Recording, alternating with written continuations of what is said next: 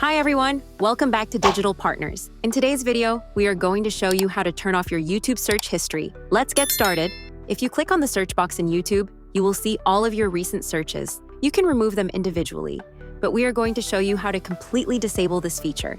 First, make sure you are signed into your YouTube account. Click on your profile icon at the bottom, then select Google account. This will take you to your Google account settings. Now, go to the Data and Privacy tab, then scroll down to History Settings and select YouTube History.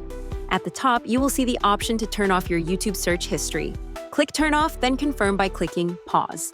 This will stop YouTube from tracking and saving your future searches.